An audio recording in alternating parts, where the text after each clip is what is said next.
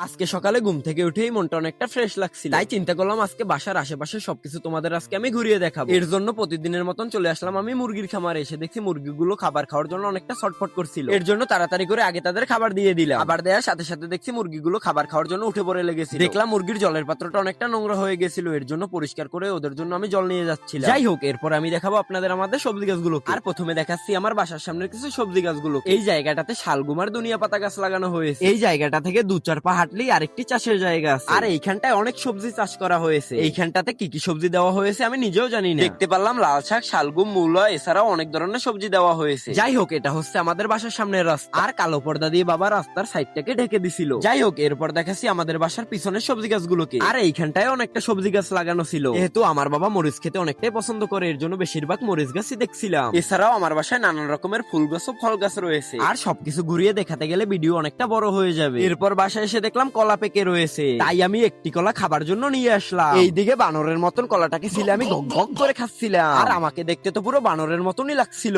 যাই হোক, আজকে এই পর্যন্ত ভিডিওটা ছিল। সবাই ভালো থাকবেন, সুস্থ থাকবেন, টাটা।